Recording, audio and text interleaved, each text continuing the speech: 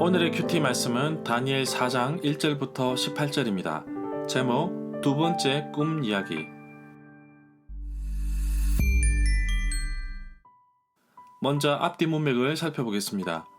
느부갓네살 왕이 금으로 신상을 만들어 바벨론 두라 평지에 세웠는데 그 규모가 엄청났습니다.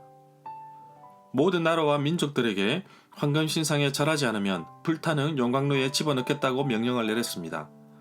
다니엘의 세 친구들은 왕의 신들을 섬기지 않고 왕이 세운 황금 신상에 절하지 않아 결국 용광로에 던짐을 받게 되었는데 느부갓네살 왕의 회유에도 불구하고 끝까지 왕의 명령을 따르지 아니하고 하나님을 철저하게 신뢰하였습니다.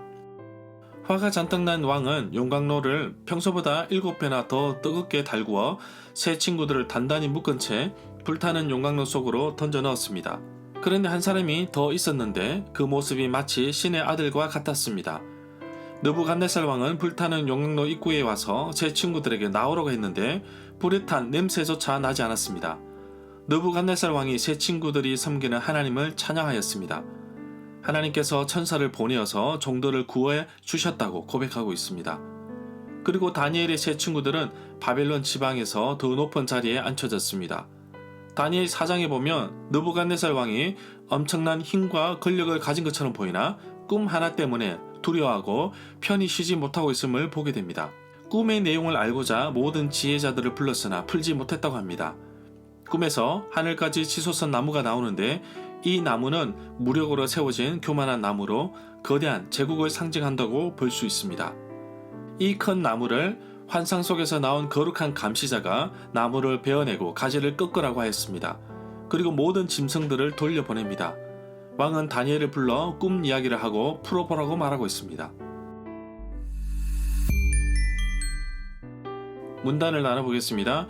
1절부터 9절은 두 번째 꾼 꿈 때문에 두려움에 빠진 느부갓네살 왕, 10절부터 18절은 하늘까지 치솟은 나무와 한 명의 거룩한 감시자, 5절부터 6절에 보면 이미 꿈을 꾼 적이 있었습니다. 다니엘 2장에 나옵니다.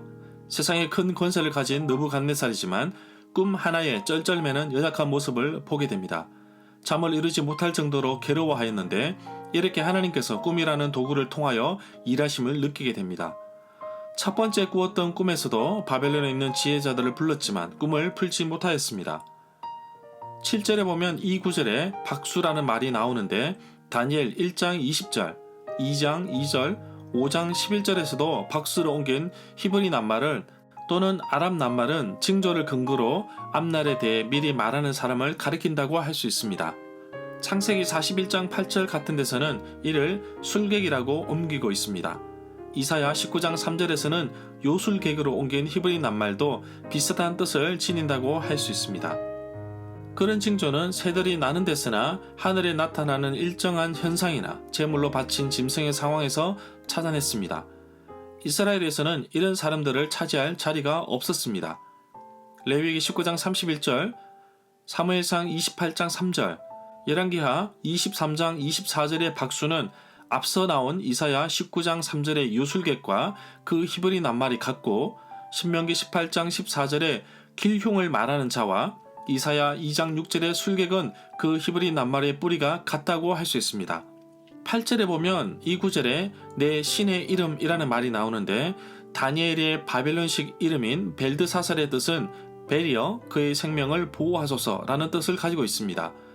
느부갓네살 왕이 말한 자기의 신은 벨을 의미한다고 할 수 있습니다. 9절에 보면 이 구절에 박수장이라는 말이 나오는데 마술사들의 우두머리로 이해할 수 있습니다. 박수라는 말은 애고의 왕궁의 요술사에게 사용한 것과 같은 히브리어로 볼 수 있습니다. 11절에 보면 이 구절에 그 높이는 하늘에 닿았으니 라고 하였는데 바벨탑처럼 하나님의 통치에 도전하는 모습이라고 이해할 수도 있습니다. 또는 바벨론 왕이 뽐내는 모습으로도 이해할 수 있습니다. 13절에 보면 이 구절에 또 본즉 한 순찰자, 한 거룩한 자라고 하였는데 문자적으로 한 거룩한 순찰자로 이해할 수도 있습니다. 순찰차 또는 파수꾼이라는 호칭은 천사에게 쓰이며 성경에서 오직 다니엘 4장에만 나옵니다. 하지만 다른 고대 유대 문학에서는 자주 나타나기도 합니다.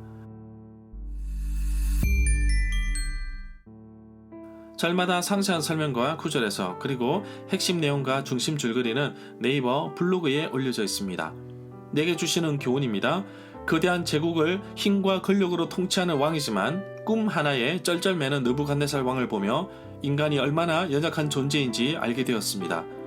그러나 왕과 다르게 나라가 패망하였지만 먼 타국에서도 하나님의 손길과 이끄심을 신뢰하고 의지하였던 다니엘은 이 꿈을 통해 다시 한번 하나님의 살아계심을 나타내었습니다.